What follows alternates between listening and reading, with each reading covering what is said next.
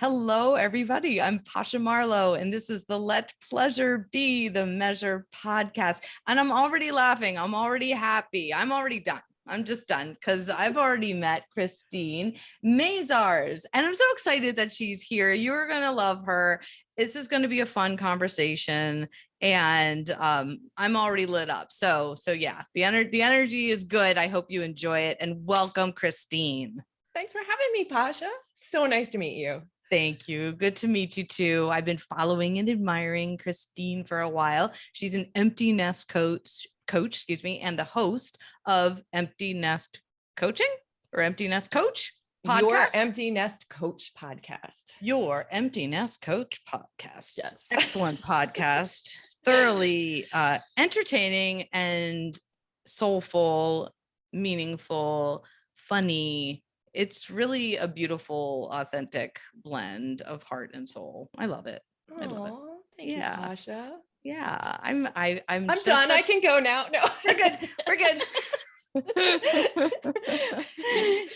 It's just so fun to meet somebody who has similar life experiences and similar passion for serving people through our life experiences and all of our vulnerabilities, but also humor. And so it just is a great resonance that we have. And so on Instagram and maybe TikTok, I don't know if you do TikTok, but I definitely am.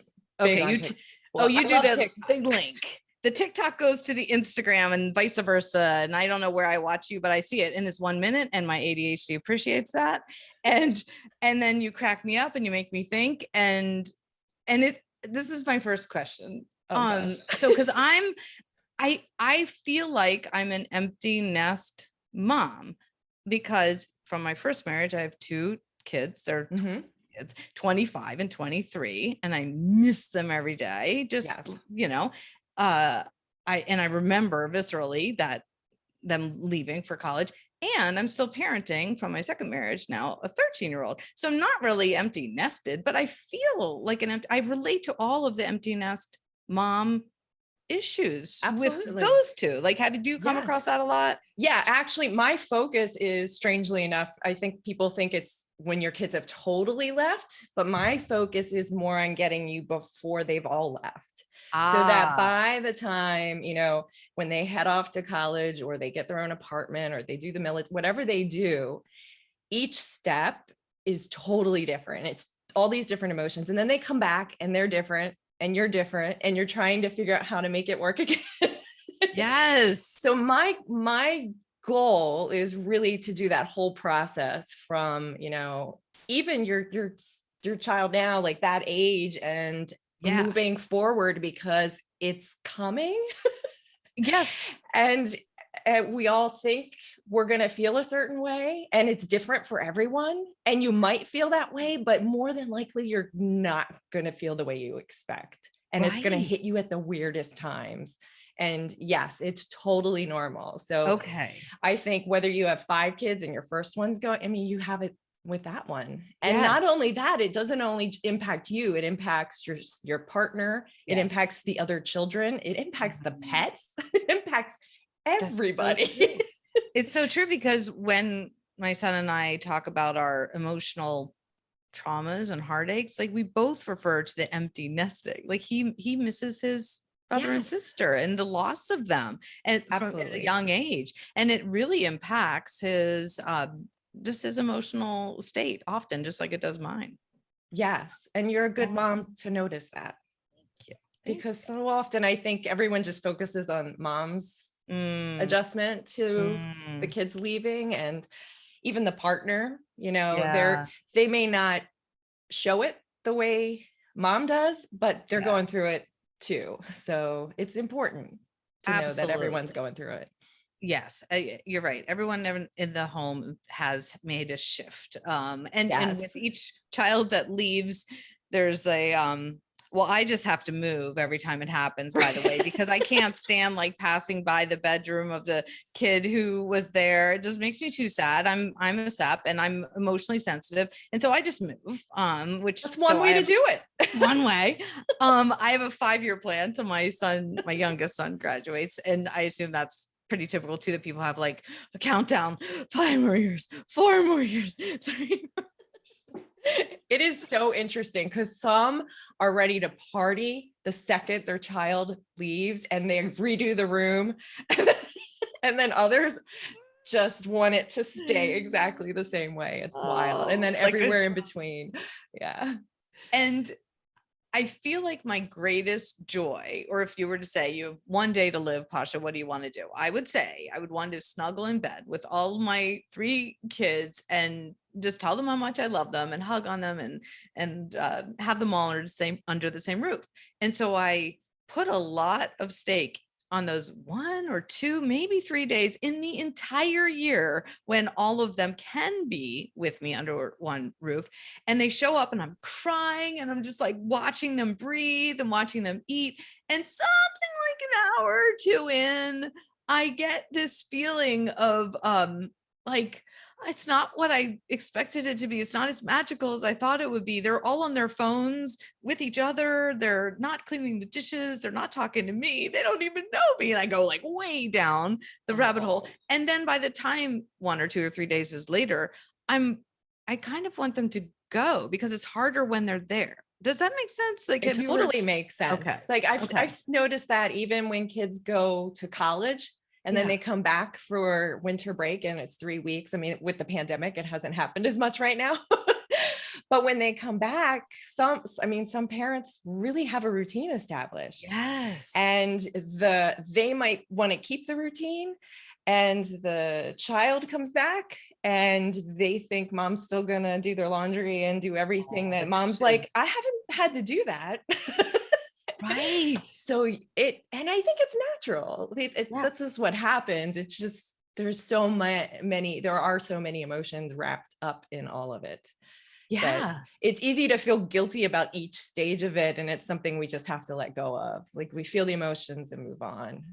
It's so good to talk about it too, because when I see the dishes in the sink when they're there, I go through this like myriad of emotions. I'm like, I don't want to waste time with them by doing dishes. Like the dishes can wait. Yes. And then I'm like, why aren't they helping me with the dishes? Did I not raise them well? And I get like mad. I'm like, I am up and down every second they're there. And I always, and then I'm like, okay, go. Okay. I'm going to like get some peace. And then they drive away and I watch the car so I can't see it anymore. And then I bawl and I'm sleeping the rest of the day. Morning, their loss again. Yes. Yeah. Yeah. It's exhausting. It is exhausting. It's good you're feeling your emotions though, Pasha. I do a lot.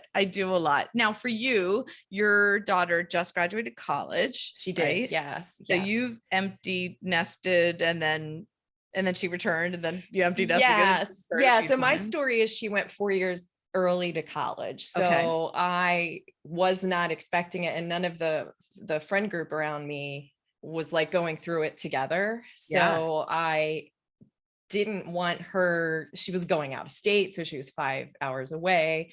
She's really young, but it was right for her.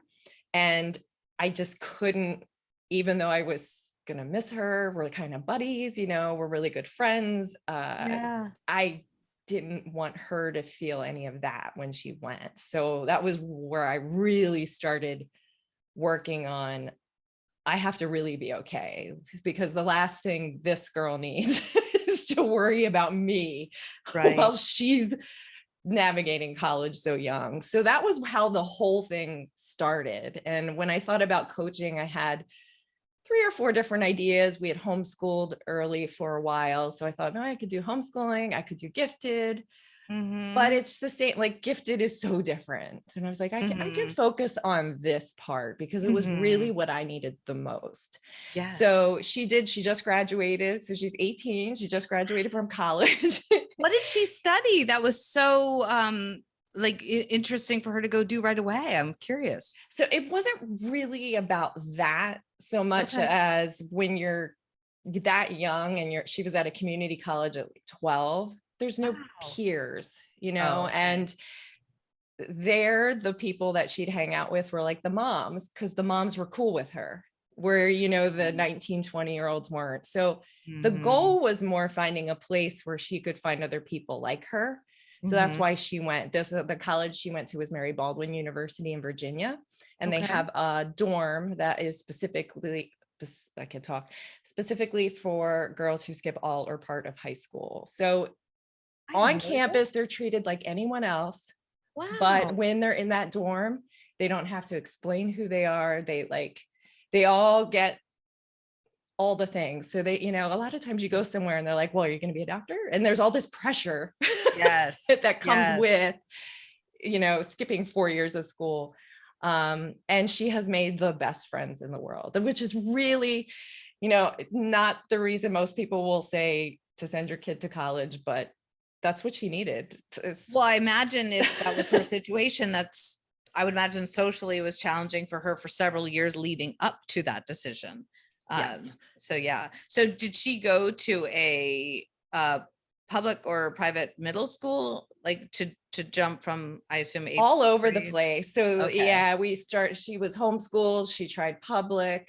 Okay. Back to homeschool, did like a cyber in-person mix, was really nice hybrid where the academics were on site and then the electives were at home. That worked really well for a while.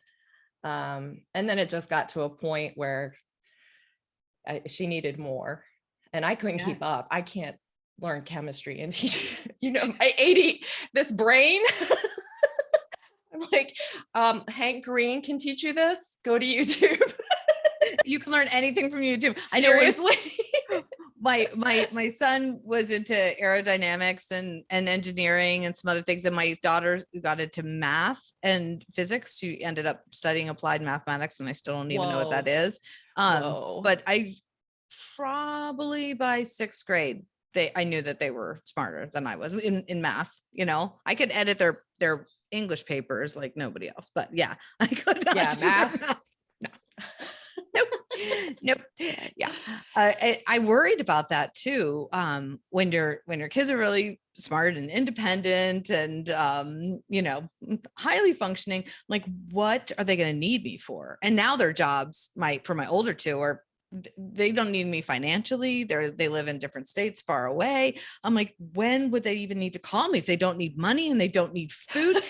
But I figured it out. I become a poop specialist, like a shitologist, because I know that is hysterical. Poop. I'm serious. Like if their poop looks weird, they call me because they don't want to bother with the doctor and they don't want to tell their friends or their partners because it's embarrassing. And I am all over it. I got the GI. That.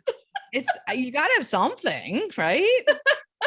It's been very helpful. The only thing I dislike is when they take a picture and they send it to me without warning. And then I go, just like random surprise poop photos I'm not into. But I don't mind talking about it. And I think it's really,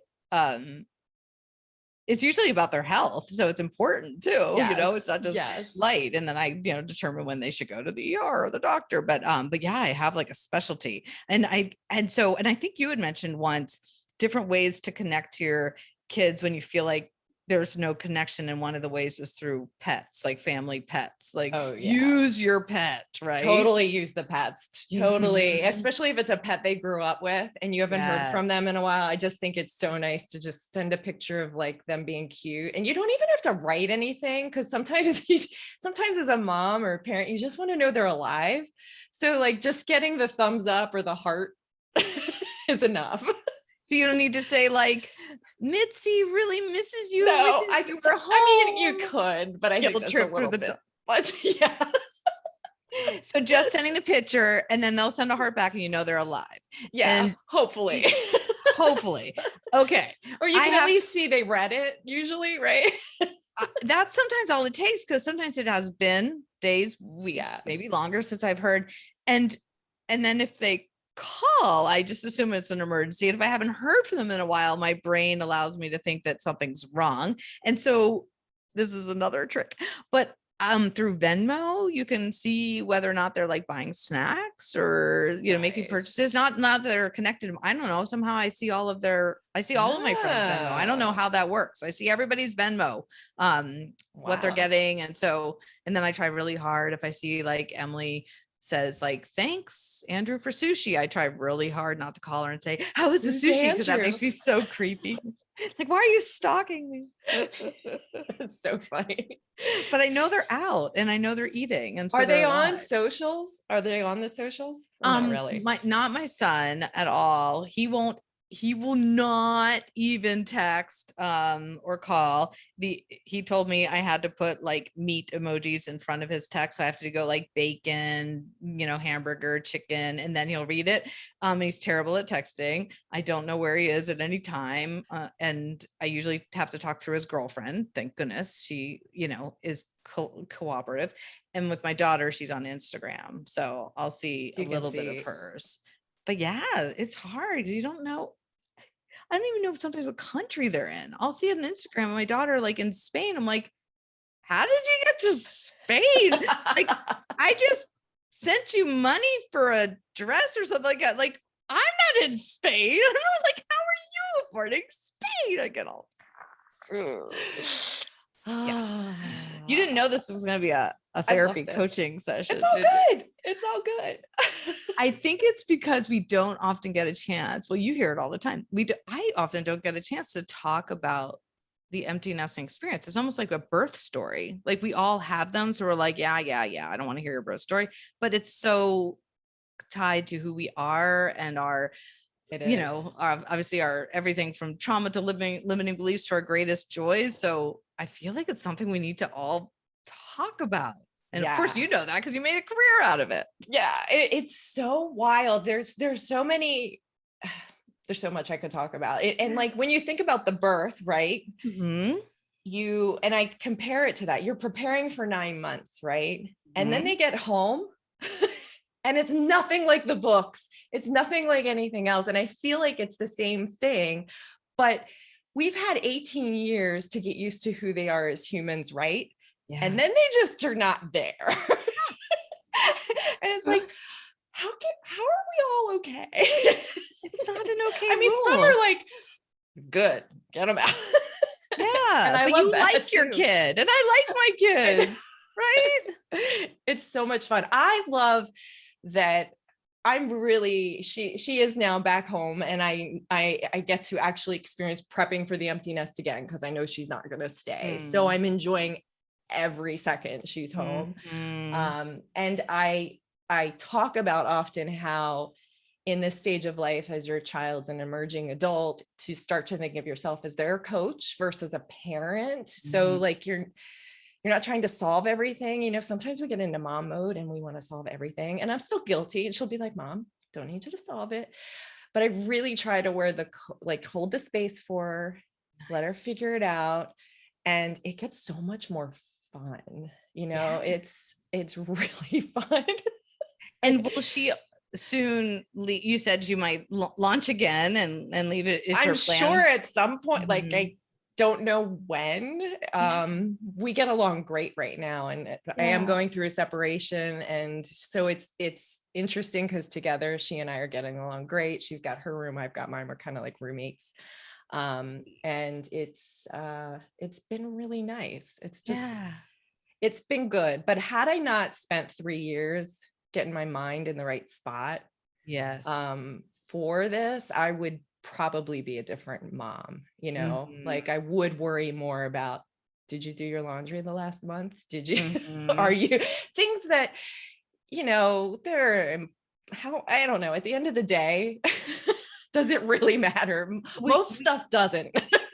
And we have no control. I'm like, you carry your EpiPen and wear a mask, right? He's in Detroit. He's like, no. I'm like, what do you mean no? But I can't do a damn thing about it. What am I going to fly out to Detroit, stick a mask on his head and an EpiPen in his pocket? I can't. Yes. So I have to let it go. I think I actually one day decided when they were in their early 20s, like, it's almost as if I feel like I have to love them less, like in the sense that I love them so desperately, and that my self was too entangled with them. Yeah. And so in saying I love them less, I had to let them go. Yeah. It's your identity gets wrapped up in them. Yeah. And that's the difficult part is it's the same as if you're going through a divorce, you lose your job, you lose the career you've spent your whole life, your whole identity, especially parents who, their kids maybe were in a lot of sports and they were in all those sports teams. They were friends with all the friends in the sports teams. And so that not only do they lose the kid going off, but the friendships might change. And it is a lot to figure out who you are. And a lot of people, the go-to solution is just to be really, really busy, which is great for some time. But eventually, like, I'm a big preacher of like, I call it the CEO of your life, the conscious effective Olympian. Let's discover who you are underneath, because she's freaking incredible. Yes. But you have to give yourself periods of time to discover who she is. Yes. If you stay busy, that's fine if that's the way you choose to live your life. But no, you may not discover your amazingness because you don't have time to see her. And usually they're scared. Yes. Because it's scary to see who you are. Or even just like to ask, what do you want outside of your kids? You mean, what do my kids want to do? No, what do you want to do? Oh, yes. I don't know. That's a hard question. It's good. You prepare moms prior so they can find themselves and find presence and contentment and the sense of self before the empty nesting. That's my goal. Yes. That's brilliant. Yes. It's great. It's so much fun. It's so much fun to see people who, you can tell their whole identity is wrapped up in it, or they're so focused on decisions their kids are making and they think they're life or death. And to watch them go from, I don't believe you, Christine, to, a couple weeks go by and they're like, oh yeah, you know what? That happened again. And I was okay with it. Yes. It's beautiful because, as someone who's experienced it, that they've gained more peace in their life. Know that they now have more time in their life because their head isn't thinking about all this stuff that they have no control over anyway. And it's so cool to see. It's such a privilege. I mean, I know you've seen it as a coach. It's just so amazing. Yeah, especially when you're walking through those big transitions with people. I tend to walk people through times around divorce or job changes. And it's interesting because now that I think about it, that actually coincides often with the empty nesting. And do you see that as well, that you coach a lot of women through empty nesting and then it's around that time that there is a big job transition or marriage transition? Yeah. And it's different for everyone. And I think now that I'm going through my own separation, and I was hesitant to say anything. It's interesting because I think, sometimes we will get wrapped up in what other people will think. So I was like, I don't want people to think I'm pro divorce because it's pro for me doesn't mean it's pro for everybody, Right. But it's interesting to see now when I'm on Instagram, all these like, your marriage is going to be great. Let's make it work now that you're in the empty nest. And part of me wants to be like, well, maybe they don't all need to be revived. Let's think about this. Yes. And analyze it. And I had someone reach out to me and was like, hey, we'd like you to talk about this. And I was like, I can't actually say, and I won't say it to anybody about any part of their life, that this should be the right thing. It's for them to discover and them to figure out. Absolutely. But I can't just say that all marriages should stay together. Like, no, right. Because I don't know what your life's like. Absolutely. It's so individual. And the one thing I do say across the board is if your marriage is over, it doesn't mean it's a failure. It doesn't mean you're a failure. It just means it's complete. That chapter in your life is complete. Just like you had college or this job or this house. And friendships, they just have their time. I like the term I heard, Jennifer Hurwitz says this is husband. So instead of X, because X just, to me, X feels like it never should have happened. Like we're just, I don't know. I feel the X. And there's that like STBX, all the acronyms that look like airport symbols, like my STBX. I think that's soon to be X. I don't know. There's like, I don't like the X. I like the term husband because I feel like it served itself, and I am on a call. I know, I found another ladybug. Okay, daughter found a ladybug. I know you cared a lot about it. I did. Did you save it? Yeah. Excellent. Yeah, it's in here. Awesome. You're going to be on the podcast now. I love it. You were on the podcast. You are on the podcast. We're live. We're live. You want to say hi? We're live on CNN right now. But it's really important that you found a ladybug. So I'm glad you brought that to our attention. You have a lot of bugs in this place. Save the ladybugs. My son, who has a tick-borne illness, is terrified of all bugs. So if he sees a ladybug, he is terrified. And he would probably interrupt my podcast if he found a ladybug as well. So I'm impressed because it made it into a container that she took outside. And normally it's, hey, stop everything, come get it because it's making a noise. We have sensory processing disorder. Yep. And yeah, so like noises. So that was actually a big deal. That's wonderful. Yeah. Well, I'm here for it. And I think it's perfect because this is part of it. We continue to parent even when they're out of college and even when they're 50 and bringing home maybe their own little ones. We continue to parent, but we do it in such a different way. Like you said, it's more of a hopefully we do, right? I think some people yes. Yeah. It's called growth. That's what we're going for. I try not to say when I'm with them in their cities of choice. And I get a little nervous, like how they're driving. I'm like the passenger in the car, my son driving, and he's really into cars and he drives very fast. And I just started he doesn't brake well and he doesn't stop at the red lights as soon as I'd like him to. So every once in a while I'd be like, red light, red light, red light. Like I'm having some kind of Tourette syndrome. He's like, could you stop yelling that? I'm just like, I can't help it. I'm just like, this is terrifying. I've been here 5 minutes. I'm like close to death in Detroit. Yeah. But yeah. It's so funny to see how our kids, like what we thought our children would want to, what type of house they want, what type of car they want, what type of school they'd want to go to, or city they'd want to live in. Nothing like I had planned. Nothing. I know. Yeah. And so the beauty is they know, they're, what is that phrase? They're not they're of us, not from us. What the heck? I can't remember what it is, but basically they're their own people and we cannot tell them what their dreams are, what they should be doing. They know and possibly have always known, and that we just have little to say about it anymore. So yeah. It's good. Yes. And you talk about these toolbox items in your podcast, and I'm just curious what those are.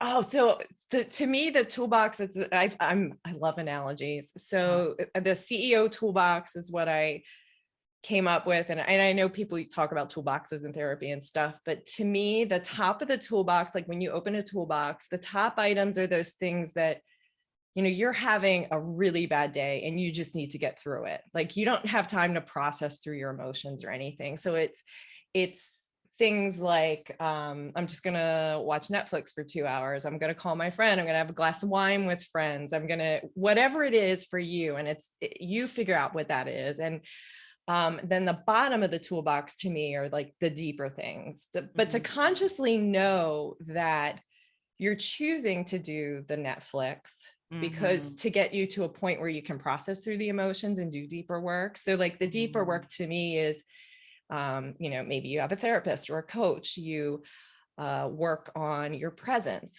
So you can start to look at your thoughts and realize that you're spending half your day thinking about things that happened in the past or might happen in the future, and you're not actually living your current life. But that's not stuff you can jump into lightly. I think there are quotes and things, and I'm guilty of it too. You throw it out there and people are like, yeah, that's good. But it's not something I read the quote, I'm going to do it tomorrow and it's all better. It's like a toolbox bottom thing that you keep working on. Having a community of people who understand what you're going through, whether it's online or in person. Yeah. And really discovering what it is for you. Like some people love to journal. So put it in the bottom of your toolbox. I kind of like it, but and some months I like it and some months I don't. So the other thing I talk about is taking inventory and just, what do I want to be my go-tos? With the separation, I've had a couple, I talked about my recent podcast. I have had a couple nights where I'm like, I just want some Ben and Jerry's and watch beaches and cry my eyes out. That's a top of the toolbox item. I know it's not going to solve my problems. I know, but I felt great. Yes. And then like later on when I have time, I can do the deeper work. It's all good. And weren't you for a while just like making like every day I'm going to walk to Starbucks? And yeah, I still do that. Do you still? Oh my gosh. I thought that was so great. I'm just like, and I love that it evolves and changes. Like right now, walking to Starbucks every day serves you and Ben and Jerry's and Netflix. And then next month it might be, yoga and silent retreats and meditation. Yes. I think we get, and that's why I like the inventory idea and just the modification. Maybe it's the attention for me. But I think sometimes we get to a point where we feel like, okay, I stopped journaling. Now I'm not worthy as a human, or like there's all these rules we put on our life that I think if we can just try something else. Yeah. And that might work and it might not. It's okay. You just try something else. It's all good. Such a good reminder. Yes. It's not for so many. And I have in the past fallen in that. I've softened for myself. If I didn't exercise, it wasn't a good day. If I didn't eat kale, it wasn't a good day. And if I, wasn't kind to myself and beat myself up with body shame, it wasn't a good day. But now it's like, okay, like you said, do we wake up and do we keep trying? And are we good to people and are we kind to people? And we have a service heart and we're just trying our best as emotionally sensitive people who can't stand the sound of chewing or ladybugs flying or whatever our situation is. Like we're sensitive and we're doing our best, right? Yes, we are. I think that's what most humans really are trying their best. And it's so easy to create narratives for other people in our brains that have nothing to do with their life. So just to create, as long as we're creating our own narrative for our life that makes us happy is so important. I think many of us where, they'll say you're not the main character of your life, but we're not. Like we're just we have the story and we're waiting for all these things to happen instead of consciously, okay, I can create my own narrative and these people come in and out, but I can't write their story. But we spend that time trying to do that as humans. Yes, we do. Yeah. Well, I think that's what's so brilliant about what you're doing, which is every day, even if it is a 1-minute TikTok or Instagram, you're claiming that narrative for that day and you're putting it out there to the universe. And then because it's so short and sweet, like we absorb it far easier. Like if you did a podcast every day, I'm sure I would love it, but I wouldn't listen to it because I wouldn't have the attention or time or energy. But you pack it all in a single minute in through humor again, which I appreciate. And my ADHD brain, I think, learns more from that. And I imagine your ADHD brain is also feeling like you were aligned, if not for a second, for that minute you were aligned with your purpose and your passion. And so if the rest of the day is Ben and Jerry's and crying on the bathroom floor, you still did a thing. That's life, ups and downs, not perfect. Embrace the journey. I'm so with you. So obviously we can find you. I'm trying to wrap it up because people who have ADHD might be like, all right, we're done now. Even though I could keep talking to you for a long time and forget we're recording. So I find you on Instagram, but you were also mentioning a group that I'd love to join. But what is that group you keep talking about? So if you go to my website, youremptinesscoach.com, and then go to community, or if you go to I don't even know if I've updated the link, that is where I have everything right now. So I've been in the process over the last 6 months, moving everything into the community. So in the community, I have what used to be a 7-lesson email course of finding your future self, which is interesting to do because it's usually something I do with a coaching client after a while because they haven't cleared their thoughts enough to know who it is. So what's interesting is to do that for free and then like get to work. And even if you just go through my podcast and then do it again later and see the difference is super interesting. And I've started uploading like once or twice a week, things that I normally would do on Instagram over there. And I have workshops. I even have one on social media, just like my whole philosophy on it. And it's kind of my playground. Yeah. And you're going to be speaking live soon where I want you to like fingers toot your horn and brag about it because it's awesome. I am. Yes, she podcasts live Yeah. That's in Arizona, Scottsdale, Arizona in October. on it. So it looks like it's still happening. Still happening live. Well, that's the one benefit of it being in Arizona. It wouldn't be like Philadelphia live, right? No, I don't think so. And Yeah. my daughter's coming with me. I'm kind of dragging her along because I went to their inaugural one, and the empowerment, the kindness, the women just in the hallways, you can just stop and talk to anyone. And I've been to a lot of conferences in a lot of different industries, and this was by far the most amazing thing I've ever experienced. Wow. It was great. It's great. It's all female identified podcasters. Yes. That's I fantastic. think that's the right term. It's What's this? I don't know. Yeah. She identified podcast. Wait, I'm now gonna slow down your You're now watching Christine Google something. This will be the video. Women and non-binary audio creators. Say it again. Women and non-binary audio creators. And then even if you're podcasters, it's audio creators. I didn't know that. I've told a couple people, I'm like, if you want to be on podcasts, this is a good place to be, because it's filled with podcasters.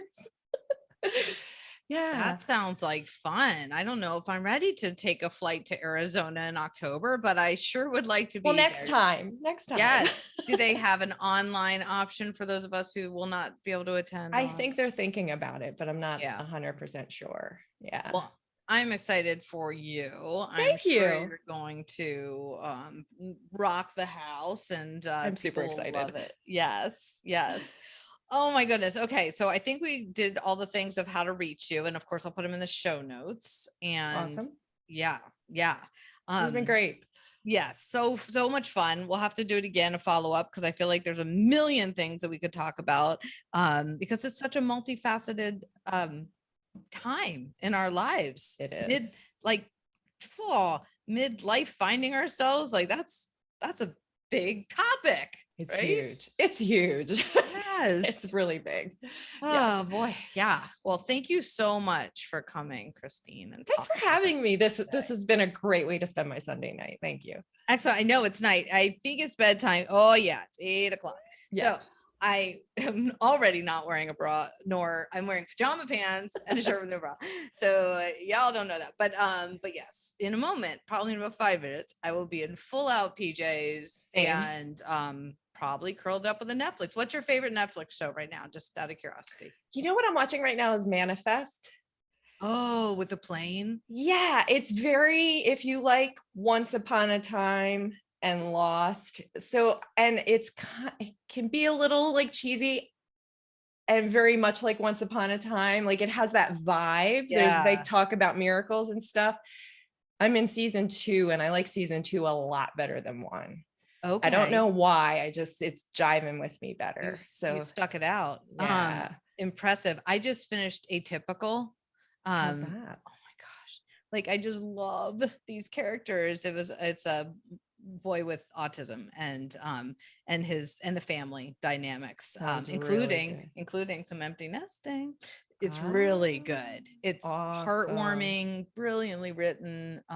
You'll love the people in it. And then it's over and you're like, no, because I want to know what happens when he does this next. And is he okay? Like I need to check on him. I'm way too emotionally involved with well, when a series ends, it's difficult. We just finished Mayor of Easttown on HBO. Okay. Max. Oh my gosh, that was pretty good. You have to like grieve it, right? Yeah. Lost the people. Yeah. There was one character who was like the lighthearted character, and that person didn't last. We're like, what the heck? What's going on? Okay. Well, y'all are probably bored of hearing us talk about what we watch on TV. Oh, sorry. If you would like to reach out to me, I would really appreciate knowing who is out there listening, and I'd love to hear from you and find out your story. So feel free to email me, pasha@pashamarlowe.com, or I have a free Calendly coaching call link thing in the bio and in the notes. so that you could book a call and we could talk and we could Do meet. it. And yeah, super fun. And of course, subscribe and rate and review and do all the things, because that really helps. And Yes. I don't look at the numbers, but my guests do. And so if I have higher numbers, they'll keep coming on. And the best thing to do is to tell a friend about the podcast. So Tell a friend. Send this podcast to every friend who is going to empty nest in the next 5 years. Yeah. That's my time frame. All right. Thank you so much, Christine. Such a pleasure. Thank you, Tasha. Okay. Bye.